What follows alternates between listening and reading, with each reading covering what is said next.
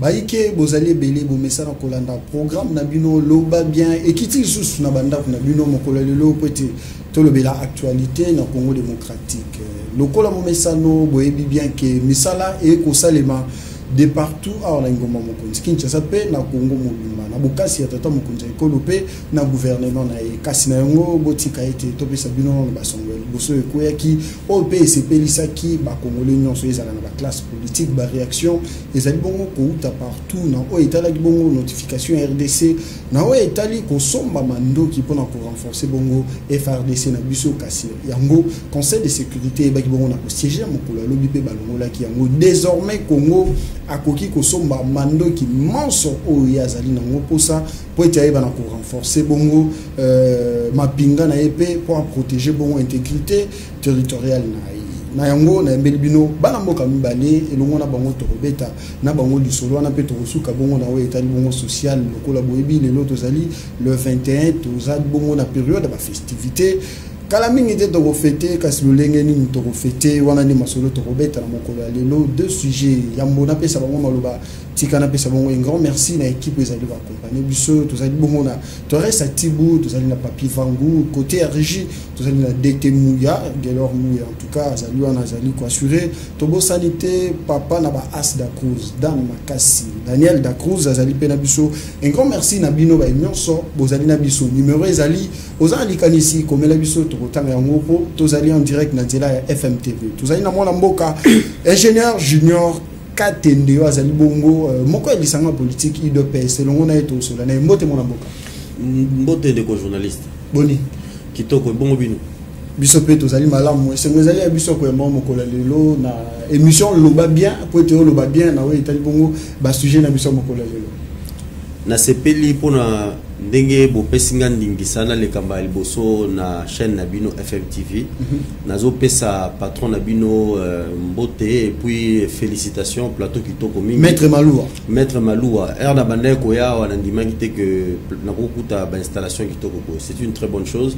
alors ceux qui bana mboka bazo sala makambu dans le sens au chef de l'état lingi pour na ko promouvoir jeunesse en tout cas tokoka ko pese moka ko soi. OK merci moka ko soi na yo maître Maloua le face au père Azali Kolanda biso certainement na salon na ebisika Azali en tout cas bonne condition télévisuelle na yo papa na biso ngana mesana ko benga o mutu munena ni maluma dena tozali pe na ndeko Fofana et penge Azali bongo mupandisa ngo Azali en même temps pe notable ya bana nyonso ya Sankuru to pese mbote na Fofana et penge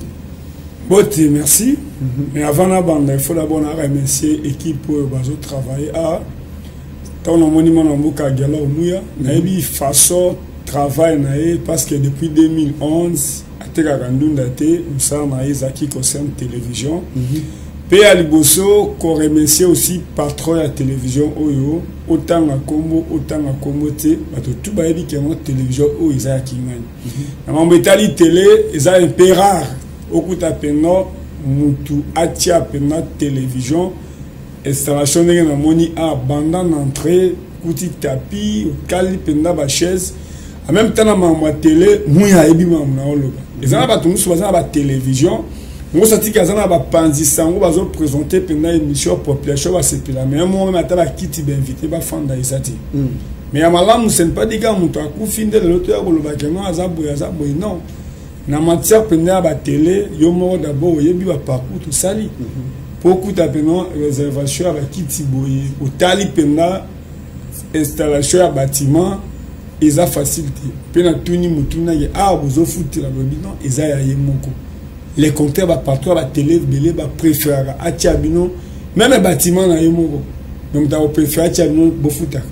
ça ta bo sali recette na fait du mois avant futa bino à kati d'abord bonga loyer menda kuna yemoko ce qui na kosi et monsieur si tout na muya en tout cas merci Belé na patron à télévision pene na yi kenon aza maître avocat tant a tcheba na condition abu c'est monter maneza au football pe apc en ba jeune très bien moni ba tama bandi ba suka pembe ngana za li bandi bandeza bo mona en tout cas merci beaucoup na coup de gueule na bino mibale na nzela ya papa na biso Maloua Cléophas Billy azali bon mokambito pe initiateur ya FM télévision tozali na fondation Malua. Merci bozali belé boko landa biso yamboto zo premier sujet to kosenga na Daniel da Cruz na ndeko muya ba pesa biso na élément oyo comme ça to kozonga pote bana kofanda na sujet liboso. Cette nouvelle a réjoui plus d'une personne en RDC. En premier lieu, le gouvernement congolais qui salue une résolution qui, je cite, répare une injustice qui empêchait notre pays à se défendre face à l'agression rwandaise. Fin de citation. Pendant ce temps, la plupart d'analystes, comme dans les états-majors des partis membres de l'Union sacrée de la nation de Félix Tshisekedi, on parle d'une victoire diplomatique pour la RDC. Dans le rang de l'opposition, l'on attribue cette résolution à la pression populaire. Martin Fayoulou, qui est parmi les principaux opposants de Félix Tshisekedi, salue cependant la mesure prise par les Nations Unies en faveur de la RDC, mais surtout la France qui a présenté cette résolution au Conseil de sécurité de l'ONU. Notons qu'au cours de cette même session de mardi, le Conseil de sécurité des Nations Unies a prorogé pour 1 an le mandat de la MONUSCO en RDC, bien que cette mission de l'ONU a fait l'objet des sérieuses contestations générales dans le pays. Dans cet ordre d'idées, Kinshasa a réaffirmé sa détermination à poursuivre la mise en œuvre le plan de retrait et échelonné de la mission onusienne, conformément à la volonté exprimée par la population. Régie pour un élément où il y a malam bopesi biso n'ayez pas na mona mboka Junior Katendi yomoko utina ko landa reportage ya bande ko na biso ya rédaction na biso à FM TV to pesi bongo na mboka Patrick Ngouo to pesi mbote bisika zali impressionnant par rapport à la levée à la mesure ya notification RDC on a na etalaki ba achat d'armes pour renforcer bongo armée na biso lecture les amis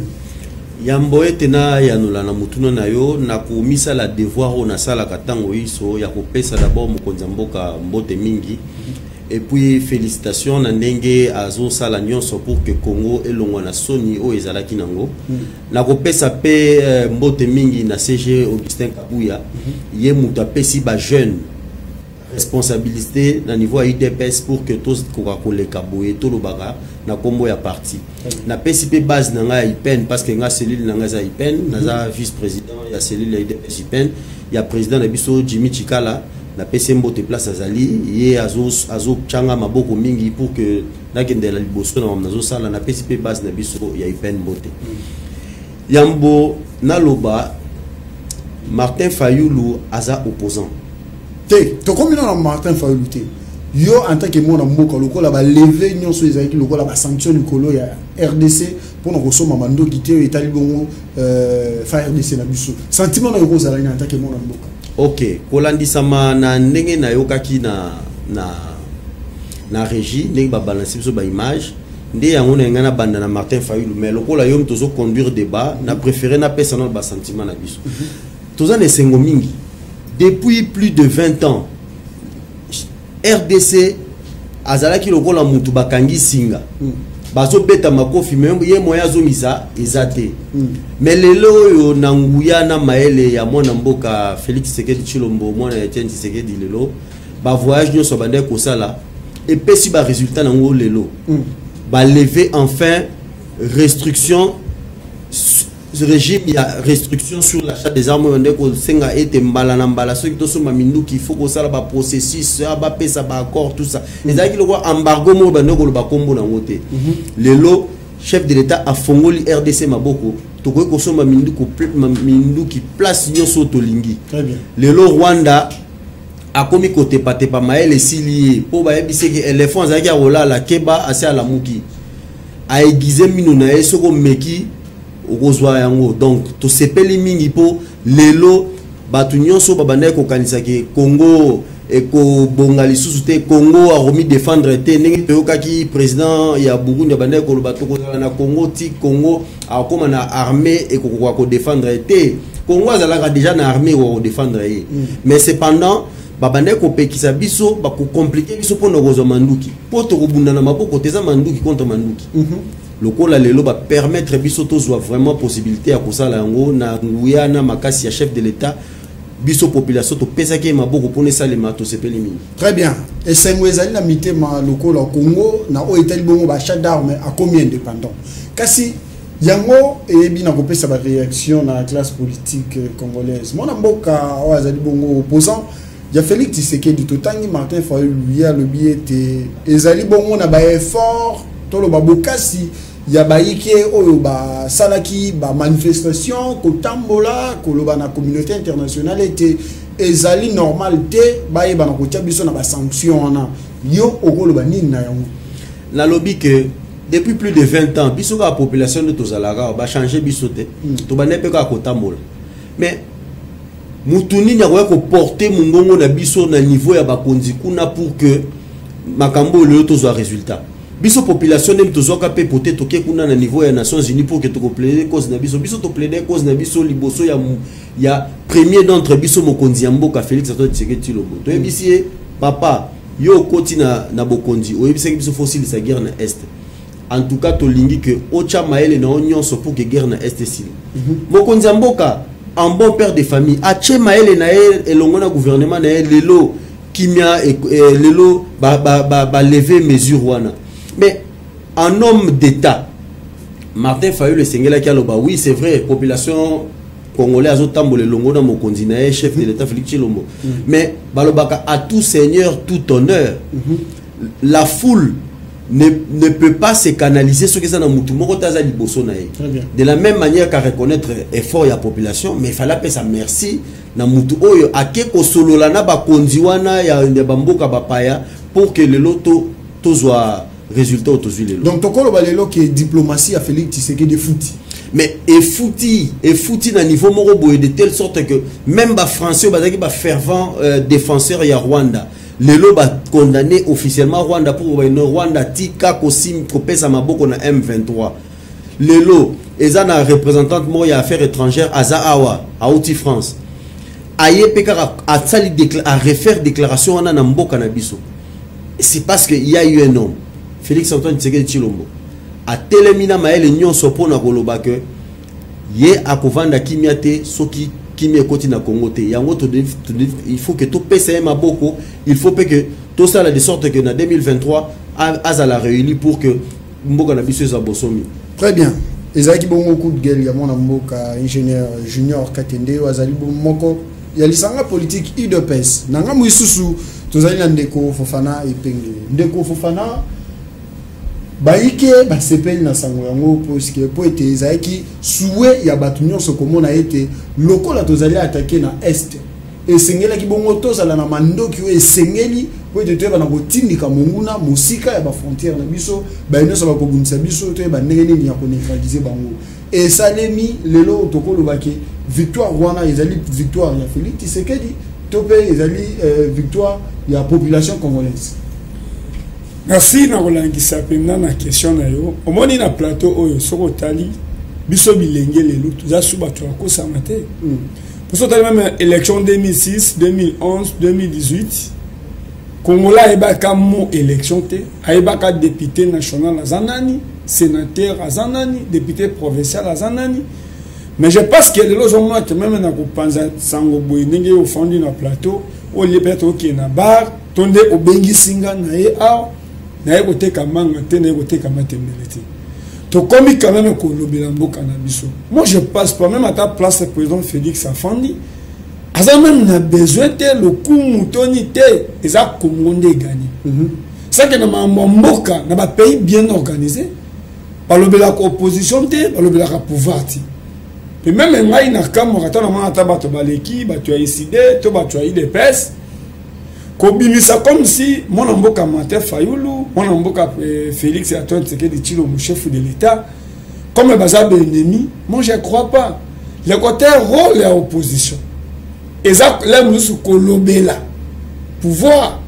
ton rôle même ya député national de bazune de vacances parlementaires ce que oza eli en Mandaka oza eli à Kikwiti. Et c'est que na base électorale na yo okene koyeba est-ce que la population est votée bazana mai bazana nzela mais alelo na tingana na plateau na koloba ke o Martin Fayulu non Martin Fayulu na place ça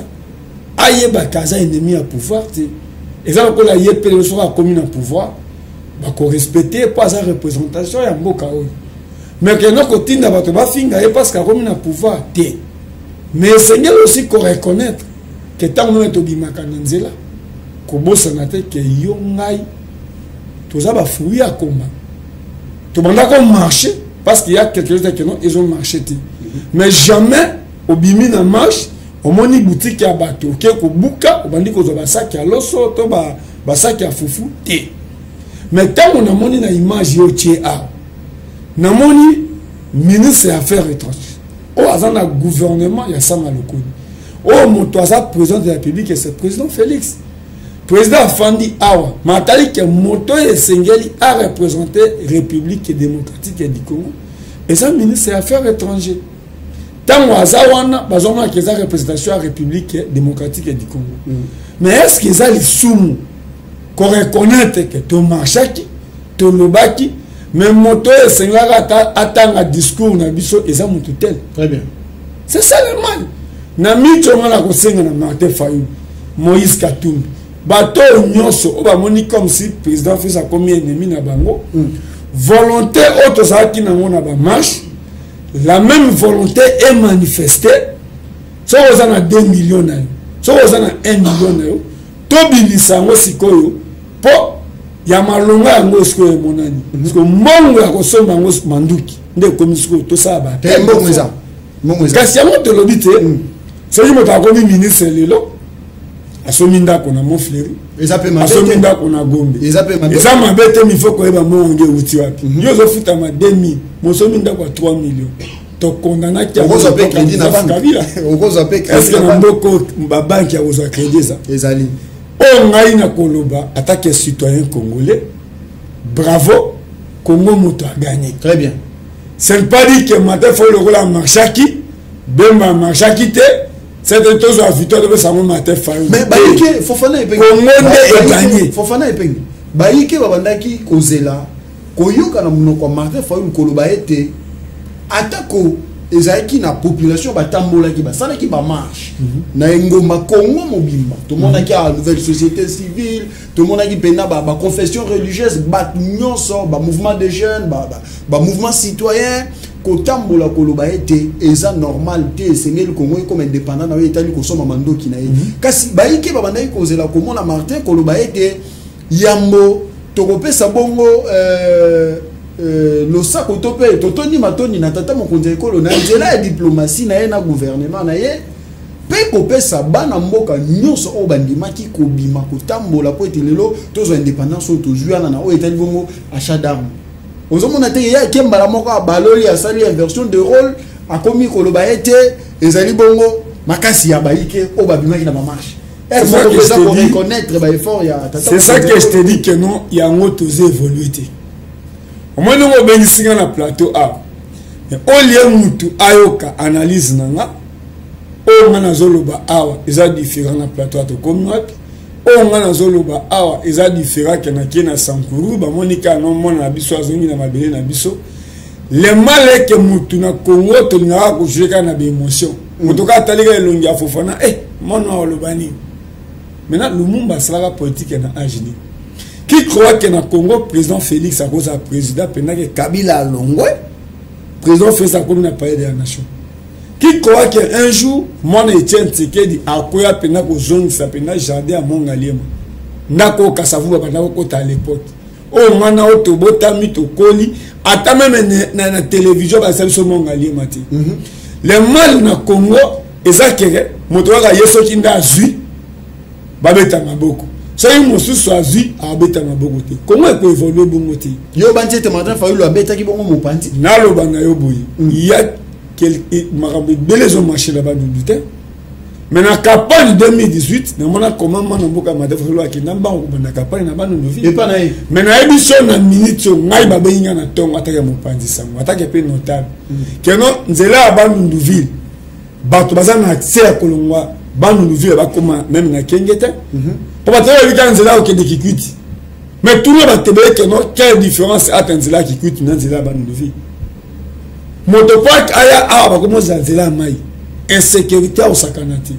mais na kokum sata ke mona mboka Adolphe Muzi tu na moni comment ta ke notable ba nu ndenga vu nzela ya mutuka ke ya tambola ke ti azo sona mboka na mboka mais pourquoi mona mboka Martin Fayulu azo sala ngoti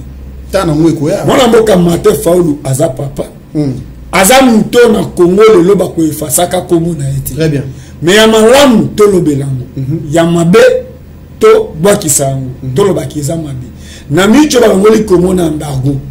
mais au lieu to beta maboko totalisa siko comment ko mobiliser mbongo comment ko luka ba mbongo to bimisa mbongo basoma manduki to ko pousser mokonza ekolo basoma manduki o esengeli pour parent mon côté akondimati na mwana e gradué to D6 na armée o munduki ezate lisa sezate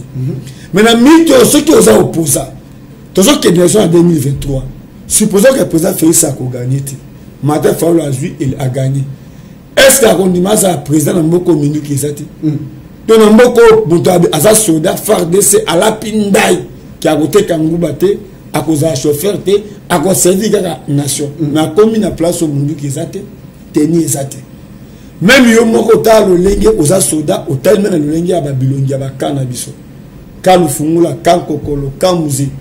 Mais le Sénégalais qui non tout faire pour renouveler la classe politique na biso.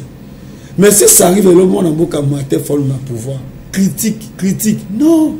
tant que vous critiquez mais pas de solution. Il y a un autre lobby qui non bravo balongoli embargo pour les seules raisons que non moi je suis mindu qui est na mito balongoli yango officiellement pour image au tché a aux chaîne qui ça té eza parmi bamboko eza que ba sommet à pays à libo yambo ba to balula okende to ba pays balula ka balobeli comment que embargo ici yo muto zolanda ngai yo muto zoyoka biso oza l'opposant oza la politicien oza l'opérateur économique to raisonner ndeni comment to ça ba peine to mobiliser bato to somba manduki très bien c'est la saison na souci make on a vu victoire on a salibo wana e kofuta biso ça c'est très important Kongonde a gagné wana ya motuya o uti koloba baike bozali belé ezali bongo manaka na bino loba bien to bengisi bana mboka ibale o tozana bango awa ndeko junior katende wazali bongo moko lisanga idopes pende ko fana ipengo wazali mopandisa ngo pe notable ya asancourt elongo na bango to ko beta masolo je suis aussi à ciel l'idps ah voilà qui est force du progrès non force du progrès voilà mais aux akali sous-souté wana ezaka précision uti ko bakisa en tout cas esengo ezali anga po to bozali belé boko landa biso to kokoba ndeko junior mona mboka ta selo romo ya mutu ya koloba ete esengeli to beta maboko po ete balongoli biso na sanction to pe embargo wana kasi na minute ta e combiner na réflexion koluka sikoyo koyeba lolenge kani to kosomba mandoki na o déjà to sombaki bakangaki ekita na mabele tango koya na mabele lolenge ni to kosalela yango pe bato ba kosalela mandoki wana motivation na bango nyonso wana na minute e combiner ba étude esengeli kosala po te Congo e ba bongo na confronter ba ennemi o bazali boso na biso yo bandi ete ezali na sonso esengeli tokende bokonza mboka Félix Tshisekedi Tshilombo na gouvernement na ye bayebaki déjà maromio so bana kosala soki botali bien na niveau à parlement promulgué même par les chefs de l'État loi et programmation militaire ici Salem ils ont prévoir plus d'$1 milliard pour Minduki na prise en compte ya ba militaire mboka na biso evandiki miate na kala ba régime uti ko leka budget à l'été ezalaki ya 4 milliards ya pamba mais lelo na zo budget ya Congo ekobina na 16 milliards ba yike ba ko tomboka tango koloba bongo ndeko katende balobi tango budget zaka na 4 milliards maki ezaki na combien 250 tango ekomi na soki 16 milliards na bino maki ekomi 800 saki ya nini ya loso 50,000 saki ya makala 45,000 saki ya fufu tobe ya masangu 200,000 ndeko muya yokanga ndeko muya to pesi mote ndeko junior ko komona teke ko tombokisa baike ba kolanda yo na minute question na yo ezelengi mingi po ezo rencontrer domaine na lenga mingi domaine ba calcul po eza onga na tangi na classe omoni totika ko kosa peuple maki oyo bozolo ba kizalaka na 250 soki vraiment ils solo le lofo ils allaient comme na 300 au web sanga teke maki comme na 800 entre 2018 et mokonza mboka azui pouvoir na 2022 to komi siko soki to sali calcul au moment que fonctionnaire ndenge pouvoir ndenge salaire na e mati na ndenge biloko mati na marché au moment que rapport wana ezopé sa faveur na ndenge salaire e mati eza na prix moko te ya eloko esali doublement ya prix nango mais que ba wala ndo ba ko sepela te na peso exemple ba ko sepela ta mukete mais tozopé ça par exemple o eza clair mais exemple o eza clair tozui sac à ciment sac à ciment to banda sac à ciment 22 500 sac à ciment ezalaka $10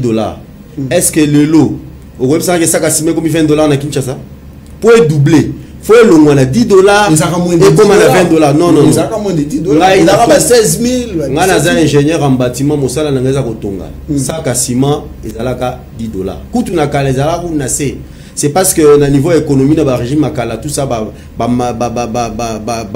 loi moko ba feza ba lekisa na mboko ndesa la kisime za la cher na zo biso vérité na Afrique centrale mobimbe na place moko te sime à $5 mais or biso tozana mboka o nzamba pesi biso belema nyonso na o sala ya ciment to sala yango na mabele na biso ba ciment route to bendo ko importer ezalaka na prix wana te mais ce que boni ciment to sala awa mais c'est parce que ministère économie na ba régime akala na boko tanga ba kombo batu awa ba sala qui de sorte que makambo ko manenge komi lelo yango na gouvernement fa fongola missionnaire pour na silisa pour na koloba que lelo fonctionnaire oyo ba salaire na bango est doublé et ça na bloc au moroté na ONZ o ebsanga qui est doublé ça par exemple 20 000 et comme 40 000 ezate OK na ONZ. Ça c'est la première chose. Deuxième chose. Deuxième chose. Arrête fouti la paix à ton mot qui est deuxième chose. Et là quoi qui sera ba prix eza et matsara ba prix eza banzela. Mboka na biso et produisera bloc belé na mboka ezopola. Ndeti ya banzela. Voilà. Na kasangula bloc kopola po moyen côté za tenzela. Ce que le gouvernement ya Mokonzi Mboka Félix Tshisekedi depuis Congo et Congo en termes de réhabilitation ya banzela na ba construction sur le plan au sali rapport ya nombre ya bané passé au pouvoir par rapport à taux et exécution à misala dans le terme technique Fachaza champion ba route ya des centres agricoles seulement Fachaza champion loba bien na lobby rapport au moment là tous à Mokonzi Mboka o ya ote koleka Ndeko Kabila a sali 18 ans soko lobby na 18 ans combien d'enzela a réhabilité au Suisse que Ndeko Mokonzi Mboka Félix Antoine Tshisekedi Tshilombo na 4 ans combien d'enzela a réhabilité soko sali rapport wana au sala au monde qui conscient ya o ya Etienne ya Félix Tshisekedi eza likolo par rapport à Kabila vous comprenez maintenant chef de l'état comprendre que pour qu'enzale si là il faut que banzela etongama yango ezo salema yango tolobi topesa e mandat pour asilisa makambo ya ba oui ba mama ba olanda biso lelo le 21 eskali mikolo boni mine po bana ba fete bongo motama Yesu Kristo Noël oza tatat oza abana oui osio somi bilamba mais nasi papa ayo kosoma raposa muto de quoi sikoyo batu oyo bazana makukite ngalobi na kina wenza ngalobi na kina wenza po ngakitaka na terrain na moni mamwe ko salema na oloba papa atika na répondre bien OK ko banda ko lela biso ba congolais bandi lelo te ah bon chef de l'état nazo sil sango lelo na depuis que ngana ndo tanga depuis ngana banda ko tanga l'école primaire ezalaka bana bakozonga classe nini bana bakozonga classe nini mais lelo bana basili saraka lelo gratuité de l'enseignement eyé ezalaka te bato babosana ngo ezalaka te c'est mbongo oyo yo papa oya kozwa pona ko futela bana na okelasi lelo ozozwa mbongo na poso mela bana bilamba vrai ou faux donc ceux qui makambo ezo salema o biso to ko reconnaître tes amotema mabe lelo ba étudiant ba biseye étudiants fallait dépenser 2000 3000 francs pour dans des classes mais les lois ont dépassé 500 francs pour transco prix dans le bani au répète la mouton na Mokonzi Mboka mabokoté et puis ba bisa ngoza teke no eza eko ya te ese kobi année à sikere do bana ba matande ba biswana eza belema mike ozo la sa volonté ya mutu tozala ki wapi tozala ki na kati ya libulu papa soki oza na kati ya libulu pour bima faut bâtir le escalier au bandako matanda mbundambu elingi olobani okononga malamo te na libulu à 100 mètres malamo pas au bima na mokili te chef de l'État c'est escalier tozo mata ndambu place tozala ki wana na fin fond toza suwana te mais tozo mata mais bon pesa biso pe tanto bima to mona mokili. C'est tout simplement ce que nous demandons. Lelo na est sur OK na est papa OK koyebisa moi na est que non bokonza mboka assez le côté mais yobi ke bango lapide bunaga les a mais bunaga les a mais bunaga na pour libérer on espère qu'il fallait que tout si manduki mais manduki baso pexo boso président nani chef ya Nations Unies nani Antonio Guterres ça bisa OK mandoki o ba M23 bazana ngo mais biso tozana ngote mais tout ça qui n'est pas pour nous. Alors puis tout ça qui n'est pas pour nous. Pour balado interdire biso tout ça na makoke mais si ko to ko soma mandoke o bango bazana ngo ko leka o bango bazana ngo to ko benga na bango ti place bango ozo rassurer ba yike no so ba ko landa lokola ba lever ba sanction de pe embargo ya Congo na o etala ki ko soma mandoki ozali ko rassurer ba yike que c'est fini M23 a commis na mikolo rotanga na mabeli ya Congo démocratique mais ba ko bunda ku tuté ba ko kima bango moko na terme ya nombre barosa la faste na FARDC ezala école Rwanda ezala M23 so soutenir na terme ya nombre ezala capacité ya kobunda tozana ngo mais makoki o basola banomba fachi pesa mando ki to benga na monguna mais lelo fachi azasko na possibilité par loi ya programmation nous avons voté dans le gouvernement après ça mando qui peut Nanda la Cruz bo pesa biso deuxième élément comme ça de continuer à comprendre que makambo ya ko lekana lolenge ya ko banza te to landi pe to kozonga to zo mona mboka Fofana ipenga likambo ya vie sociale ana Kinshasa ekoma lokola koloka kokamwa po population bazali ko souffrir na ndenge ya deux fois te biloko ya kolia ezali ko matase ko mata mbongo pe na maboko ezate kamera na biso ekitaki lelo na wenze ya macheku boyoka ba mama ndenge balubaki nazo koka kosomba biloko te liboka nduna to kosomba na 1000 francs lelo liboka nduna komi na 3000 francs botanganga to kosomba na 5000 francs lelo komi na 8000 10000 francs na famille o baza 5-6 personnes boye 1000 francs batu bakolia ngonde nini bilanga na lona ndunda poto zo moyen ya ko vivre ata ndunda na biso ezaka ya mboka na biso bazwi bilanga nyonso bateka tokosenga na bakonzi batala na vie sociale oyo surtout que tokomi déjà na période ya ba fête et ko risque que na bandako mususu batu balala nzala bazanga ta mukuwa ya kobukuta Kinshasa o eza nini pardon koka moi bino moko boyoki na bandi ete ndeko junior pe ayoki kasi na pese maloba te abatela kimia ndeko Fofana ozana yo loba yo moko je pense que zo gérer ba minute tokei moni na plateau na yo na simin zeteti o eza bukoko obangisa ngate za bukoko na biso moni ce n'est pas dit que ngai na lega na IDPS na robeta maboko même secrétaire général Augustin Kabouya place à ça auto la kaki bato na auto zo vivre ils en a ba domaine où il marché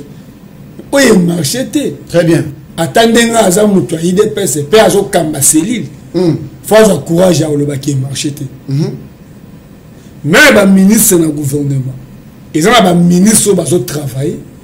mais ba djembe la te parce que nous besoin d'équipe que le ministre tout bazo sala c'est faux. Président Félix au pouvoir,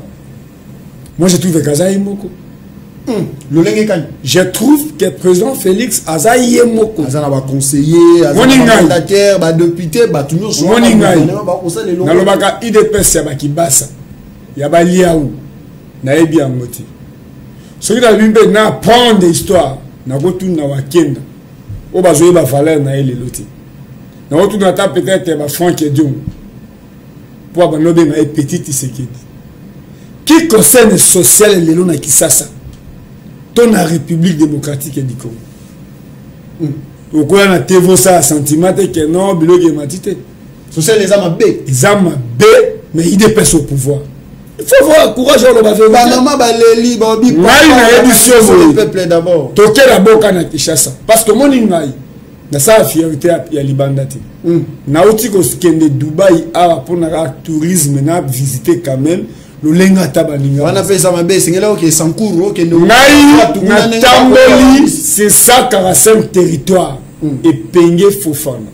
na moyen de bord ya ministre était ya président Félix était na effacé mata 70 territoires nazalaki na Nyiragongo nazalaki na Kibumba pona ko raconter ba Sanjawa ti Sankuru ozoloba nazali le seul fils Sankura on a bimisi image à Sankuru koleka ba député koleka ba ministre koleka ba sénateur à Sankuru loleki o malamu na koma na lomela na 6e siècle na Sankuru bazotia bana ba couver za mal ba tokisi ma ya moto ba tie na milangi bana pe bazobika mais maman on a zo futa mate Sankuru na 6 territoires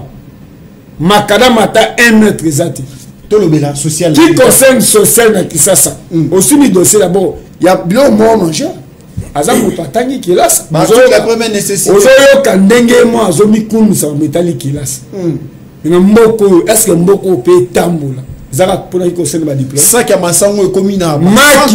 ozoloba maki j'ai eu la chance katango mwana mboki les abimi député na Kenya na Lubumbashi toke Zambie asombi ferme sima mozole Etienne Tshisekedi na moni comment ba bokola ba soso ndenge ba soso ba miko boaka ba maki liki ezoteka na 500 francs pe ça dépend na ba zone prix à liki na yolo to na ngiringiri c'est pas la même prix ba kotia na limité ndenge azofa na pigeon eza VIP lelo roi dongo le roi net ndunda kende kaka awa na nini na nani après ya stade 20 mai ministre de l'agriculture Isaïe de pes aya ta ko visiter ba maman na place moni ba créer la profession ba maman marisha wana o mona ta ministre de l'agriculture aya ta ko ndunde bimaka wana ele sa ba congolais ba kinois aucun na cimetière ya Kasavubu wana bateka na bateka to visiko njili awa na fekomasi kende na tongo na ibi oza journaliste à terre te kuna da to kenda ba mama ba lenge ndunda tozwaka ndunda dongo toke awa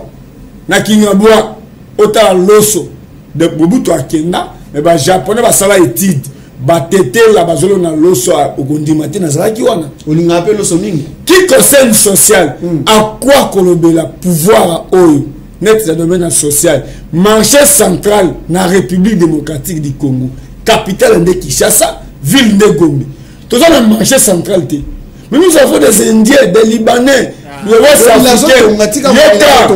oh bazoya asombi mapango otalila kimero galerie ya West Africain Malien to Guinéen to Sénégalais mais ba Congolais na capitale dans le marché central té ngobila buki zandu alors na 12 mois 13 mois aza mutu ayi de pes azo chapeauté parce que azo kamaseli est-ce que c'est ma famille ezangi ke mutu mo atsaka mombo mais là où se trouve la Congolais aza nesika ko tekate 2 ans ngo kota na marché ngaza kilobi na marché central bazo finga même mokonzamboka bazo tele parce que babi ba kosaye eza bien qu'on soit présent pour la président Félix mais tant on a sanctionné il faut avoir courage on a ébié ayoka la population mais si vous trouvez la télévision qu'on flatte c'est pas bon na pilipili concerne social ça parmi biloko mokonza mboka akonyoko na campagne ekolo masango na 2500 na campagne akozana conseiller akozana gouverneur te esengeli yo na cellule omuye mayo ba voter président pour président komimisa premier ministre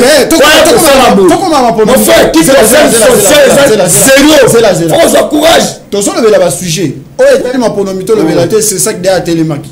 nous on a vu le président Christian Bosemba Télémaki qui concerne social awa aux affaires nenga za boza para donc social ça zéro na mon alliance totika maman parce que qui concerne foyer et qui paraît que moi c'est qui paraît que mobile et arrivera mobile peut à côté wenzi so misoso asomi matungulu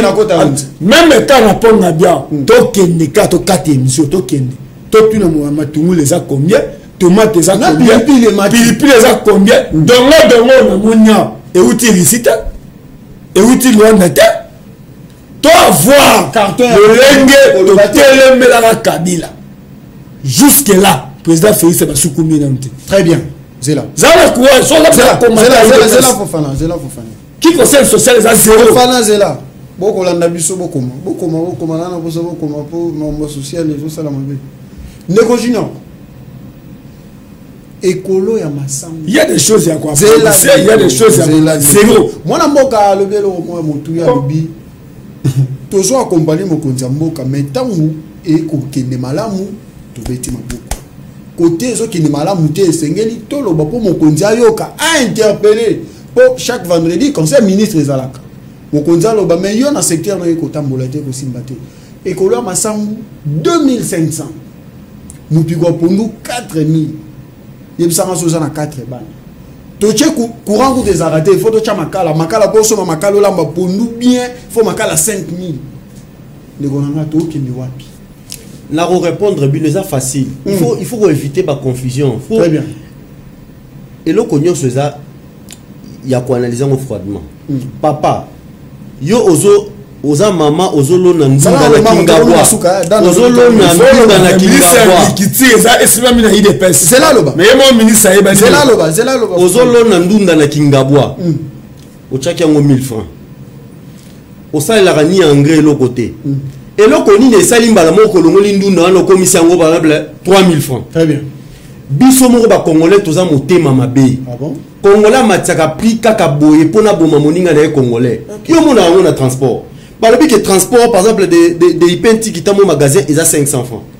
mais chauffeur a robot a mis sur libanda a moni que transport et na libat ba komé belé mo na balabala mbule linge beta a comme ça 1500 nazo relancer yo ko ebisa ngala za relancer ou bien ça moté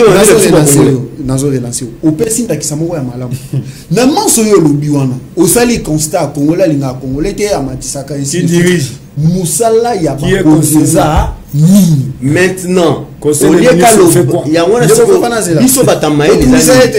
a un problème, il y a régulation, il y a prix qui pose problème. Très bien. Ministère de l'économie faut atindaka ba inspecteur na eba tambolaka na ide peso lo za mabe to lobeza mabe so keza bien to lobeza bien na montrer na la kisibino ke komata ya ba prix eza